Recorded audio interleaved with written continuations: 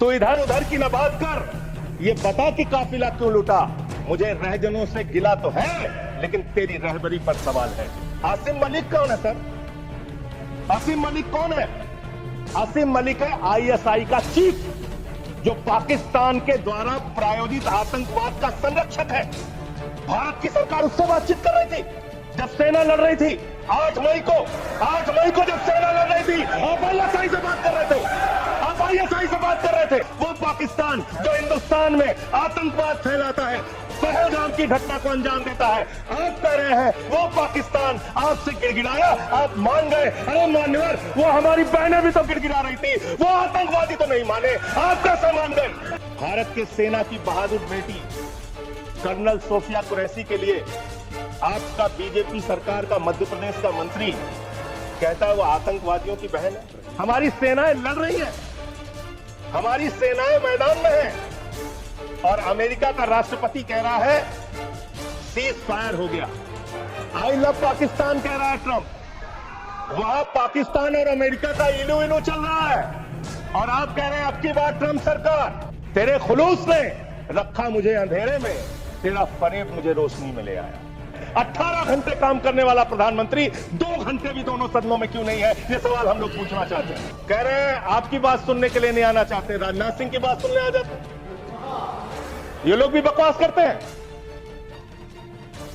श्री संजय सिंह। धन्यवाद मान्यवर, आपने मुझे इस महत्वपूर्ण विषय पर अपनी बात कहने का मौका दिया।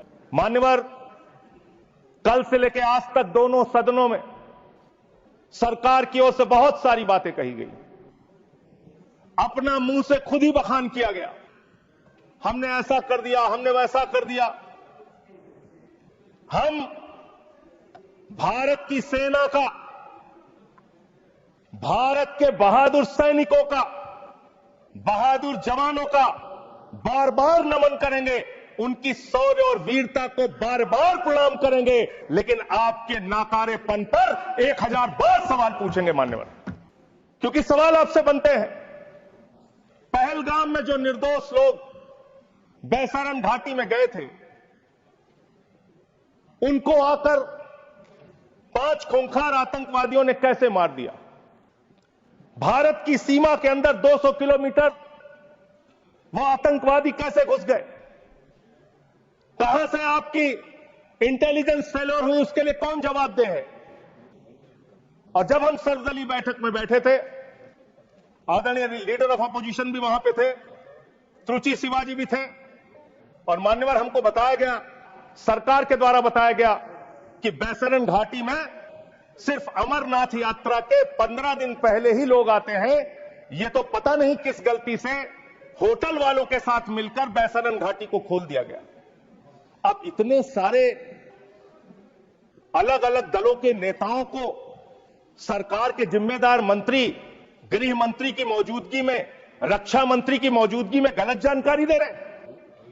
बाद में जब हमने पता किया तो पता चला कि हमेशा वो बैसारन घाटी खुली रहती है, लेकिन वहां सुरक्षा के कोई इंतजाम नहीं थे मान्यवर।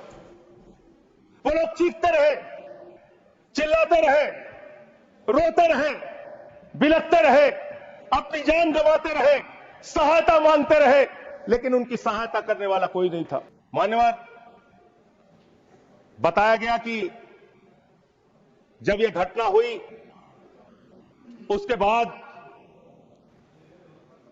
देश के गृह मंत्री वहां जाते हैं। देश के गृह मंत्री ने जाके वहां प्रेस कॉन्फ्रेंस किया, अपनी बात कही। उसके बाद प्रधानमंत्री को इसकी सूचना मिलती है। प्रधानमंत्री जी अपना कार्यक्रम छोड़ के भाग के आते सऊदी अरबिया से। पूरा देश इंतजार कर रहा था कि प्रधानमंत्री जी आ रहे हैं। प्रधानमंत्री जी निश्चित पहलगाम जाएंगे। प्रधानमंत्री जी पहलगाम नहीं गए मान्यवर। प्रधानमंत्री जी 24 अप्रैल को बिहार में चुनाव प्रचार गए। प्रधानमंत्री जी 1 मई को महाराष्ट्र, केरला और आंध्र प्रदेश में उद्घाटन करने के लिए गए। प्रधानमंत्री जी फिल्मी सितारों को संबोधित करने गए। फिल्मी सितारों को संबोधित करने गए लेकिन जो लोग पहलगाम में मारे गए थे उनकी पीड़ा, उनका हाल, उनका दुख, उनकी तकलीफ जानने के लिए नहीं गए। मान्यवर, यहां कहा गया सेना के शौर्य को, बहादुरी को नमन कीजिए। हम करेंगे, बार बार करेंगे, लेकिन आपने सेना के लिए क्या किया? जया बच्चन जी कह रही क्या हैं यह देश जानना नहीं चाहता? जया बच्चन जी कह रही हैं कि आप गलत बोल रहे हो। कौन कह रहा है? जया बच्चन जी। आपने उतनी दूर से नहीं सुना होगा मान्यवर, आपने सुना नहीं होगा। आप सुन लीजिए, मान्यवर, आप सुन लीजिए, कृपया सुन लीजिए। मान्यवर,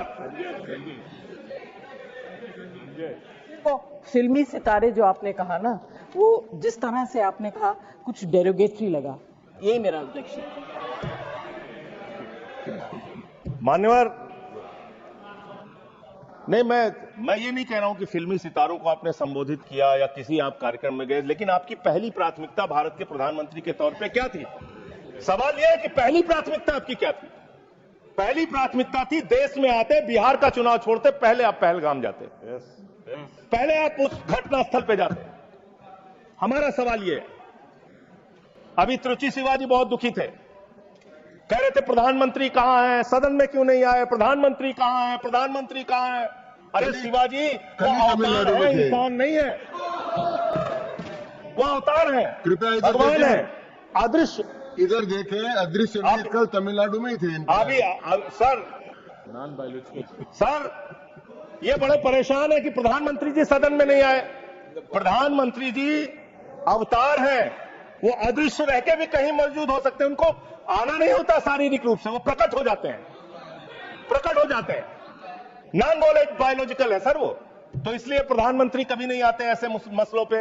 18 घंटे काम करते हैं प्रधानमंत्री, लेकिन इतने गंभीर विषय पे दोनों सदनों के अंदर चर्चा हो रही है। 18 घंटे काम करने वाला प्रधानमंत्री 2 घंटे भी दोनों सदनों में क्यों नहीं है? ये सवाल हम लोग पूछना चाहते हैं। आपको इसका महत्व नहीं नजर आता? आपको कह रहे हैं आपकी बात सुनने के लिए नहीं आना चाहते, राजनाथ सिंह की बात सुनने आ जाते हैं। ये लोग भी बकवास करते हैं। हम लोग जब बोले मत सुनो, फिर तो वापस कम से कम अपने लोगों के तो सुनने आ जाओ। बकवास वो भी सुनने नहीं आते। बकवास बोला सर, बकवास अपनी उन्होंने बोला हट जाएगा दोनों। जैसे आप उनका सुन ले वैसे मैंने उनका सुन लिया, मैंने उनका सुन लिया। तो आपके मंत्री यहां बकवास करते हैं, आपके माननीय मंत्री, सांसद, नेता जो आते हैं बकवास मत बोलिएगा, आप चेयर ने मना कर दिया। चलो मान्यवर, ये सेना के सम्मान की बात हो रही है। आपने कितना सेना का सम्मान किया? 3 साल तक भारत के सेना की भर्ती बंद रही मान्यवर, और उन 3 सालों में भर्ती बंद होने के कारण 1,80,000 सेना की तादाद को कम किया गया। उसके लिए आप जिम्मेदार हैं। बार बार आपसे सवाल पूछा जाएगा और आपकी आलोचना होनी चाहिए। आपने भारत की सेना में भर्ती होना, वो चाहे उत्तर प्रदेश का नौजवान हो, चाहे बिहार का, चाहे हरियाणा का, चाहे राजस्थान का, चाहे हिंदुस्तान के किसी कोने का हो, उसके लिए गौरव और सम्मान की बात होती थी। सुबह 4 बजे उठ के दौड़ लगाता था, मेहनत करता था, उसकी मां दूध पिला के तैयार करती थी अपने बेटे को कि कभी जरूरत पड़ेगी तो अपने प्राणों की आहुति देके भारत माता की रक्षा करेगा। ये आपने उस जगह पे 4 साल की नौकरी कर दी। आप सेना के सम्मान की बात करते हैं।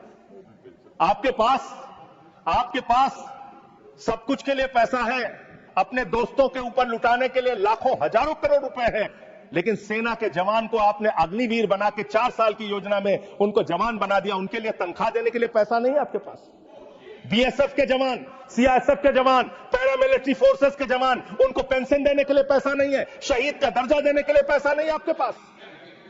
आपके पास सीआरपीएफ के जवान, उनको पैरामिलिट्री फोर्सेस को आपको पेंशन देने और शहीद का दर्जा देने का पैसा नहीं। आज सेना के सम्मान की बात करते हैं, आज सेना के सम्मान की बात करते हैं। मान्यवर, सबसे बड़ा दुख इस बात का हुआ, कल से कहा जा रहा है नहीं, हमने अपने आप सीज फायर डिक्लेयर किया, हमने अपने आप सीज फायर डिक्लेयर किया, इसमें किसी तीसरे देश का हस्तक्षेप नहीं है।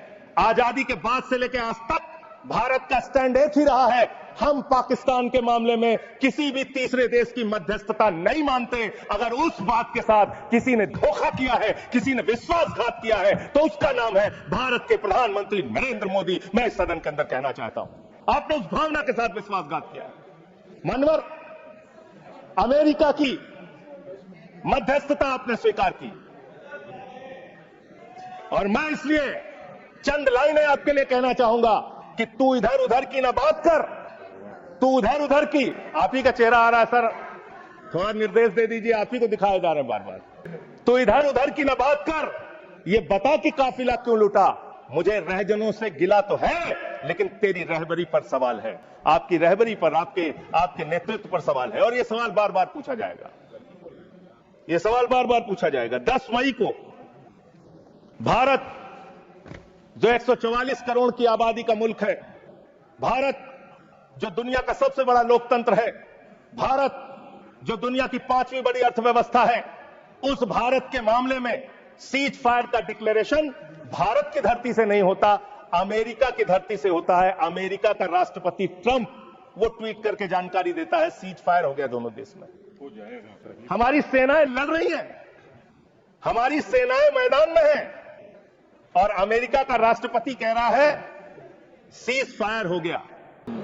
सर मान्यवर, मैं बड़ी विनम्रता पूर्वक इस सरकार से यह पूछना चाहता हूं कि ये सेक्रेटरी, यूनाइटेड स्टेट का सेक्रेटरी जो है रूबियो, वो कह रहा है 10 मई को कि पिछले 48 घंटे से प्रधानमंत्री नरेंद्र मोदी से, पाकिस्तान के प्रधानमंत्री शरीफ से, वहां के एडवाइजर आसिम मलिक से हम लोग बातचीत कर रहे थे।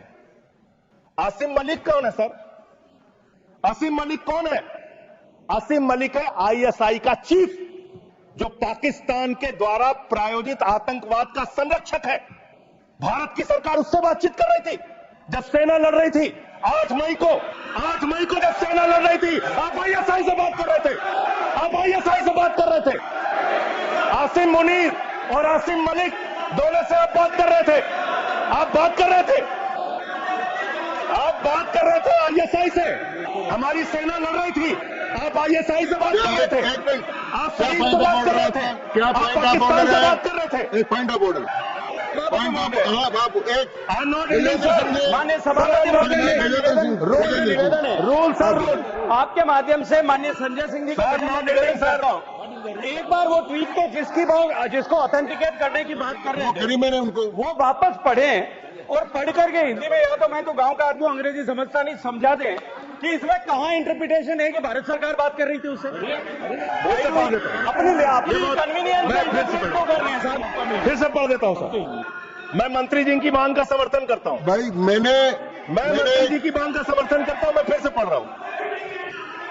यह 10 मई का ट्वीट है, मैं मंत्री जी की मांग का समर्थन करते हुए फिर से पढ़ रहा हूं। देखिए नियमों में, over the past 48 Sanjay hours, Singh ji सुनिए, नियमों में बहुत स्पष्ट प्रावधान है कि हम किसी भी विदेशी राष्ट्रपति का, विदेश मंत्री का, किसी मंत्री का हम उल्लेख नहीं करेंगे। क्यों? लेकिन यहाँ किसका उल्लेख नहीं हुआ सर? मैंने आपको, एक मिनट सुनिए, आप चेयरमैन की रूलिंग है, सब सारी चीजों पे हम बोल सकते हैं मेरी सर, बात तो सुनिए, और हम क्रिटिसाइज तो कर नहीं मेरी रहे। बात सुनिए प्लीज। हम जानकारी दे रहे हैं सदन को। मैंने आपको कह दिया कि आप ऑथेंटिकेट करके इसको दे दीजिए। नहीं, वो हिंदी में चाह रहे हैं सर, चलिए, वो हिंदी में चाह रहे हैं और मैं पढ़ दे रहा हूं सर इसको। आप अंग्रेजी में दे दो। नहीं, हिंदी में चाह रहा हूं, हिंदी में। ओवर द पास्ट 48 आवर्स, पिछले 48 घंटे में उपराष्ट्रपति Vance and I have engaged with senior Indian and Pakistani officials. तो इसमें प्रधानमंत्री अरे सुनिए तो भाई, नाम सुनिए सर, नाम सुनिए। Officials including prime ministers Narendra Modi and Shahbaz Sharif, external affairs minister Subrahmanyam Jaishankar, chief of army staff Asim Munir and national security advisers Ajit Doval and Asim Malik ISI का प्रमुख है, आसिम मलिक आईएसआई का प्रमुख है। आपकी सरकार आसिम मलिक से कैसे बात कर रही थी, जो आतंकवाद का जन्म देते हैं? आप उनसे बात करते हैं? और वाइस प्रेसिडेंट बेंच ने की है। और फिर तो मोदी ये आगे मोदी जी ने बात की, ऐसे डिस्टर्ब ये करेंगे, पवार ठीक साहब बात ने नहीं। बात की, ये सर, ये ठीक बात नहीं है। जबरदस्ती सर, झूठा ऐसे दोषारोपण करेंगे, करना ठीक नहीं है, चाहते हैं, सर। मैंने अपनी व्यवस्था दे दी। सर, ये झूठा शब्द बोल रहे हैं, इनको इनको इनको इनको आप झूठा नहीं रोक शब्द रहे। नहीं आएगा। इनको आप आप नहीं आगे रोक बढ़िए, रहे। आगे बढ़िए। सर इसके बारे में मैंने व्यवस्था दे चुका। सर मान्यवर 10 मई आप को भजन की कृपा बैठ जाए। 10 मई बैठो। को ये सीज फायर की डिक्लेरेशन होती है। 5 जून को कृपया बैठ सुन जाए। लीजिए यार सर मैंने जजमेंट इसमें दे दिया व्यवस्था। कृपया बैठ जाए। 5 जून को पाकिस्तान को संयुक्त राष्ट्र संघ की एंटी टेररिस्ट कमेटी जो है उसका वाइस प्रेसिडेंट बनाया जाता है। हम जानते हैं इसमें अमेरिका की ही चलती है, अमेरिका के कहने पे बना है। पाकिस्तान एंटी टेररिस्ट कमेटी का वाइस प्रेसिडेंट बन रहा है। वो पाकिस्तान जिसने 10 साल तक ओसामा बिन लादेन को अपने घर में छिपा के रखा, वो पाकिस्तान जहां मसूद अजहर है, ये बात वो कही ना पाकिस्तान जहां हाफिज सईद है, वो पाकिस्तान जिसने ताज पे हमला किया मुंबई में, वो पाकिस्तान जिसने संसद पे हमला किया, वो पाकिस्तान जिसने अक्षरधाम किया, वो पाकिस्तान जिसने उड़ी किया, वो पाकिस्तान जिसने पुलवामा किया, वो पाकिस्तान जिसने लाल किले पे हमला किया, वो पाकिस्तान जो हिंदुस्तान में आतंकवाद फैलाता है, पहलगाम की घटना को अंजाम देता है। आप कह रहे हैं वो पाकिस्तान आपसे गिड़गिड़ाया, आप मान गए। अरे मान्यवर, वो हमारी बहनें भी तो गिड़गिड़ा रही थी, वो आतंकवादी तो नहीं माने, आप कैसे मान गए? वो बहनें भी तो गिड़गिड़ा रही थी मान्यवर, वो भी तो कह रही थी आतंकवादियों के सामने कि मत मारो मेरे पति को, मत मारो, लेकिन मारा उन्होंने। आप कह रहे पाकिस्तान का डीजीएमओ बात कर गया, पाकिस्तान के डीजीएमओ ने कह दिया कि अब हम आगे कोई घटना नहीं करेंगे। आप मान गए उनकी बात? जिन्होंने संसद पे हमला किया, जिन्होंने लाल किले पे हमला किया, जिन्होंने मुंबई के ताज पे हमला किया, जिन्होंने अक्षरधाम पे हमला किया, जिन्होंने पहलगाम किया, जिन्होंने उड़ी किया, आप उनकी बात मान गए? पुलवामा किया, और पुलवामा मान्यवर आप सेना के सम्मान की बात करते हैं। मान्यवर 19 जून को अमेरिका ट्रंप के लिए प्रचार करने मैं नहीं गया था मान्यवर, ट्रंप के लिए प्रचार करने महामानव गए थे, मैं नहीं गया था। अब की बार ट्रंप सरकार उन्होंने नारा दिया था मान्यवर। और ये 19 जून को क्या किया? उस ट्रंप ने 19 जून को क्या किया? 19 जून को उसने आसिम मुनीर को बुलाया, पाकिस्तान का आर्मी चीफ, उसको बुलाया सेना का, और उसको बुला के बंद कमरे में लंच कराया। लंच कराने के बाद नहारी खिलाया, हो सकता है नहारी खिलाया हो। और लंच कराने के बाद जब दोनों लोग निकले तो उस लंच में पता चला कि वो आसिम मलिक भी था, आईएसआई का प्रमुख जो था सर, वो भी था बातचीत में। जो इंडिया के अंदर जो आईएसआई आतंकवाद की घटनाएं देता है, जब को अंजाम देता है, वो भी था।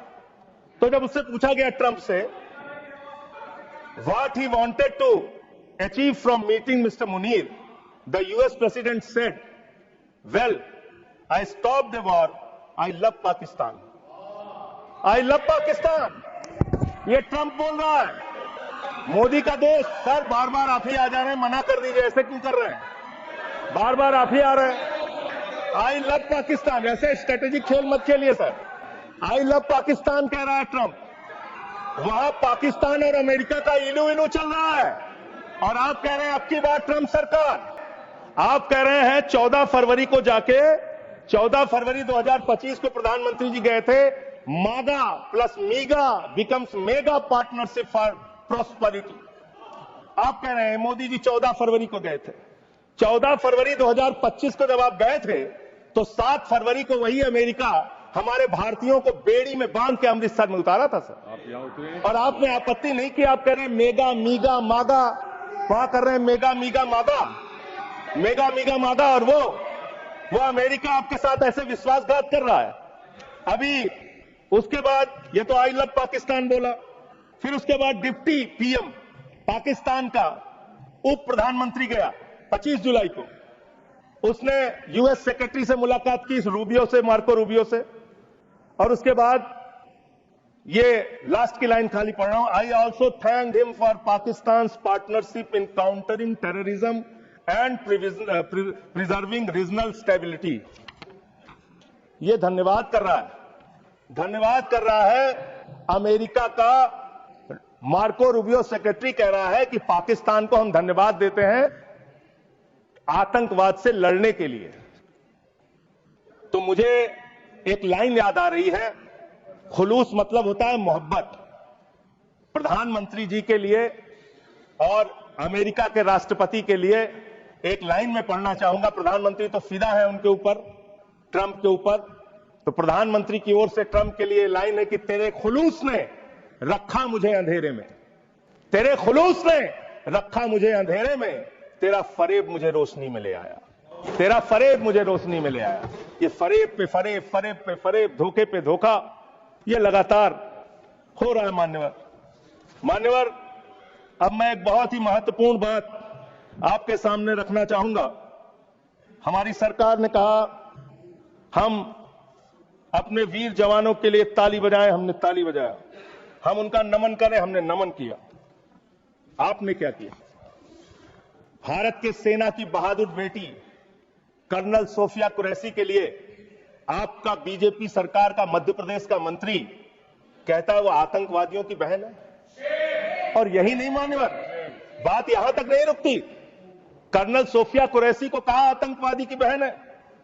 भारत के विदेश सचिव विक्रम मिश्री जी, उनकी बेटी के लिए सोशल मीडिया पे इतनी ज्यादा आपत्तिजनक बातें लिखी गई, सरकार ने कोई कार्रवाई नहीं की और विदेश सचिव को अपना ट्विटर का अकाउंट लॉक करना पड़ा। अब अपने लोगों को सुरक्षा नहीं दे पाते, अब अपने लोगों को सुरक्षा नहीं दे पाते। और इतना ही नहीं मान्यवर, जो हिमांशु नरवाल जी की विधवा थी, बेवा पत्नी, उसने सिर्फ इतना कहा कि आतंकवाद को आतंकवाद के तरीके से निपटिए, लेकिन देश में अमन और शांति रखिए, कोई आपस में इसको लेकर सांप्रदायिक दंगे फसाद लड़ाई झगड़े ना हो। इसमें कौन सी गलत बात कह दी? आप तो खाली ताक में रहते हैं हर मौके का फायदा उठाने के लिए। पहलगाम की घटना हुई मान्यवर, हम लोग श्रद्धांजलि अर्पित कर रहे थे और भारतीय जनता पार्टी के ट्विटर हैंडल से मैं पूरी जिम्मेदारी से कह रहा हूं, अगर मैं गलत कह रहा हूं तो राष्ट्रीय अध्यक्ष जी यहां बैठे हैं बीजेपी के, मना कर देंगे। उन्होंने क्या पहला ट्वीट किया? धर्म पूछा जाति नहीं, धर्म पूछा जाति नहीं। और जो कथावाचक मारे जा रहे हैं हमारे उत्तर प्रदेश में, वहां तो जाति पूछ के मार रहे हैं, जाति पूछ के मार रहे हैं, मंदिरों में घुसने नहीं दे रहे हैं, जाति पूछ के मार रहे हैं। ये भी तो हो रहा है इस देश के अंदर। इसलिए आप विषय पर बोलिए। विषय पे बोल रहा हूं सर। नहीं, विषय नहीं, सर ये लिखा है ना, ये विषय है सर, ये विषय नहीं है। आप विषय पर बोलिए सर, विषय यही है। और आप एक बात मैं कह सकता हूं सर, विदेश सचिव का नाम नहीं लिखे, मंत्रालय का नाम लिखे। ये काहे के लिए? ये है हम ऑफिसर। अच्छा चलिए ठीक, जो आपको ठीक लगे सर, जैसे आपने। ऑफिसर्स का नाम नहीं ले सकते। नो, चलिए सर। नो सर वैसे मैं एक बात कह सकता हूं और सरकार को इसको ध्यान देना चाहिए सर, मैं बड़ी गंभीरता से इस बात को कह रहा हूं। आप गोदी मीडिया से अपनी चाटुकारिता दिन रात करवाना चाहते हैं, करवाइए, कोई हमें दिक्कत नहीं है, वो लोग करेंगे ही। लेकिन जब युद्ध का समय है, लड़ाई का वक्त है, इतने गंभीर समय में है, ऐसे समय में आप ऐसे समय में झूठी खबरें वहां पे चलवा रहे हैं, झूठी खबरें चलवा रहे हैं। लाहौर में घुस गए, इस्लामाबाद में घुस गए, यहां कराची में कब्जा हो गया, रावलपिंडी में कब्जा हो गया। अरे भाई, ऐसे वक्त में हमारी सेनाएं लड़ रही होती हैं, उनको सही जानकारी सारी चीजों की होती है, परिस्थितियों का। आप उनके जीवन को संकट में डाल रहे हैं। कौन कहां लड़ रहा है, किस पोजीशन पे है, आप दुनिया भर की जो भी मनोरा खबरें चलाए जा रहे हैं मीडिया पे, तो इस पर भी रोक लगनी चाहिए। तीसरी बात, यहां पे चाइना की भी बात हुई। चाइना ने पूरी तरीके से पाकिस्तान का साथ दिया, पूरी तरीके से मिसाइल दिया, लड़ाई में हर तरीके से उनका साथ दिया, हर तरीके से पाकिस्तान का साथ देने का काम चीन ने किया, हर तरीके से पाकिस्तान का साथ देने का काम अमेरिका ने किया। और आप क्या कर रहे हैं चीन के साथ? मैंने कल देखा, मैंने सोचा मान्यवर कि चलिए इसी को देखते हैं। गलवान घाटी में जब हमारे जवान शहीद हुए, उसके बाद हमने चीन से अपने कैसे रिश्ते किए, आपने क्या किया, ये पूरे देश को जानना चाहिए और खास तौर से आपके समर्थकों को। 2020 के घटना के बाद गलवान घाटी में जब हमारे जवान शहीद हुए, उसके बाद आपने 4,83,033 करोड़ रुपए का आयात चीन से किया। 2021-22 में आपने 7,10,148 करोड़ रुपए का व्यापार चीन से किया, आयात चीन से किया। 2022-23 में 8,03,533 करोड़ का आयात चीन से किया। 2023-24 में 8,38,442 करोड़ रुपए का आयात चीन से किया। 2024-25 में 9,41,718 करोड़ रुपए का आयात चीन से किया। आप चीन को लाखों करोड़, 37 लाख करोड़ रुपए पिछले 5 सालों में आपने 37 लाख करोड़ रुपए का सामान चीन से भारत में आयात किया। आप चीन को रुपया पे रुपया लाखों करोड़ कमा रहे हैं। आप हर एक चीज में रोकेंगे सर। इसमें मतलब ये आंकड़ा बिल्कुल ये रिलेवेंट नहीं है। आप ये रिलेवेंट है, मैं बता रहा हूं सर मैं बता रहा हूं सर, इसको लीजिए आप सर। ये एम्बेसी ऑफ इंडिया बीजिंग, ये एम्बेसी ऑफ इंडिया भारत की एम्बेसी का ये डाटा है और वेबसाइट पे आप जा सकते हैं, चेक करा सकते हैं। ये वहां से मिला डाटा। ये 37 लाख करोड़ रुपए का आपने उनको व्यापार दिया, उनसे वहां से सामान आयात कर रहे हैं। आप चीन को लाखों करोड़ रुपए का व्यापार दे रहे हैं और चीन पाकिस्तान को मिसाइल दे रहा है। ये आपका समझौता है, ये आपका समझौता है। आप उस चीन के राष्ट्रपति को झूला झुलाते हैं और ये हमारे साथ चीन कर रहा है, ये हमारे साथ चीन कर रहा है। ये इस देश को जानना जरूरी है। पाकिस्तान को कर्जा मिलता है IMF से, वर्ल्ड बैंक से, और ये कर्जा मिलता है लगभग 3 लाख करोड़ रुपए का कर्जा उनका सैंक्शन हो चुका है, मिल जाएगा। और काफी विरोध भी किया सरकार ने, लेकिन माने नहीं, वो लोग माने नहीं। लड़ाई के समय में उनका कर्जा सैंक्शन हो रहा है और वो पैसा कहां लगेगा? आतंकवाद को बढ़ावा देने में, आतंकवाद को फैलाने में। और अंत में बस मैं सिर्फ एक रिपोर्ट पढ़ के अपनी बात को खत्म करूंगा। हिंदुस्तान में आतंकवाद बढ़ कैसे रहा है, सोर्स पहले ही बता देता हूं। क्वेश्चन नंबर 2802 लोकसभा, दिनांक 18 मार्च 2025। भारत की सरकार का जवाब है, मेरा जवाब नहीं है। इस क्वेश्चन में पूछा गया गृह मंत्रालय से कि हिंदुस्तान में कितने ड्रग्स पिछले 5 साल में पकड़े गए। इसका तो क्या संबंध है इस चर्चा से? सर अब आप इसको भी नहीं मानेंगे, सर अब आप इसको भी नहीं मानेंगे। इस चर्चा से मतलब ये जो ऑथेंटिक डॉक्यूमेंट है इसको भी आप मानेंगे नहीं? डॉक्यूमेंट का नहीं है, जिस विषय पर तो मुझे आप ऑपरेशन कंटिन्यू पर कर चर्चा मैं समझा रहा हूं सर। संबंध नहीं है। सर ये ड्रग्स का पैसा आतंकवाद में लग रहा है, ये ड्रग्स का पैसा आतंकवाद में लग रहा है। मैं नहीं कह रहा हूं सरकार कर रही है, ये तो सुन लीजिए, सरकार कर रही सर, मैं नहीं कह रहा हूं। पूरी बात ही आप नहीं सुनते सर। सर पूछा गया पिछले 5 साल में कहां कहां कितना मिला, तो बताया कि एक अडानी का पोर्ट है मुंद्रा में, वहां 260 करोड़ रुपए की ड्रग्स पकड़ी गई। फिर बताया अडानी का पोर्ट, ये तारीख है 26 मई 2022।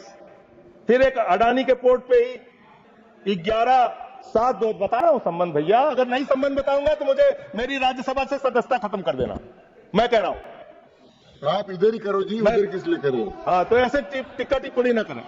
अडानी पोर्ट पर हीरोइन पकड़ी गई 150 करोड़ रुपए। तो अडानी ने पकड़ा ही ना। अरे सुन तो लीजिए सर, सुन ले, कहा है अडानी का नाम सुन के कहां ऐसे विचलित हो जाते हैं सब लोग? अडानी का नाम सुन के क्यों ऐसे विचलित हो जाते हैं अडानी का नाम सुन के सर? और ये जो पकड़ा गया, तो जिसमें जो लोग गिरफ्तार हुए, इसका भारत की सरकार ने अपोज किया, करना भी चाहिए। NIA ने किया, संजय सिंह ने नहीं किया, NIA ने करना चाहिए, किया इन्होंने। और जब विरोध किया तो ASG महोदय ने सुप्रीम कोर्ट में कहा, NIA ने सुप्रीम कोर्ट में कहा, अडानी के पोर्ट से 21,000 करोड़ रुपए की ड्रग्स पकड़ी गई है जो आतंकवाद में लगती है। यह है सर, ये सारा पेपर मैं आपको दे रहा हूं। इस देश के अंदर पाकिस्तान से अफगानिस्तान से हजारों करोड़ का ड्रग्स आएगा और इसी देश में आतंकवाद फैलाया जाएगा, अडानी के पोर्ट पर पकड़ा जाएगा। अडानी कौन है? भारत के प्रधानमंत्री का सबसे करीबी व्यक्ति है। यह सवाल देश पूछना चाहता है, आप क्या करा रहे हैं देश के अंदर? इन ड्रग्स वाले मामले में जो पकड़े गए हैं इस पर क्या कार्रवाई हुई, ये जानना चाहता है देश। समाप्त हुआ भाषण माननीय सदस्य। मान्यवर, अभी बहुत समय है सर, 35 मिनट समय है। 35 मिनट। मान्यवर, 35 मिनट समय। मान्यवर, मैं अंत में एक ही बात कहना चाहता हूं। आपने कहा कि इस मामले में राजनीति नहीं होनी चाहिए। राजनीति करता कौन है? इतनी हर करने के मामले बाद- में आप राजनीति करते हैं, हर मामले में आप राजनीति करते हैं, हमेशा विपक्ष को ब्लेम करते हैं, विपक्ष को देशद्रोही कहते हैं, विपक्ष को गद्दार कहते हैं। आप पूरी दुनिया में घूमते हैं, एक देश आपके समर्थन में नहीं आता, एक भी देश आपके पक्ष में खड़ा नहीं होता, लेकिन जब आपको जरूरत होती है आप कहते हैं विपक्ष के लोगों पूरी दुनिया में जाओ और भारत के पक्ष में बोल के आओ। गए विपक्ष के लोग, हमारी भी पार्टी के 2 सांसद गए और हम सरकार का पक्ष दुनिया में रख कर आए। जब भी देश पे संकट होगा हम आपके साथ खड़े हैं, लेकिन लोगों को बांटने का काम, अपमानित करने का काम और रोज रोज इस तरीके से गद्दार कहने का काम बंद कीजिए। बहुत बहुत धन्यवाद। धन्यवाद। धन्यवाद।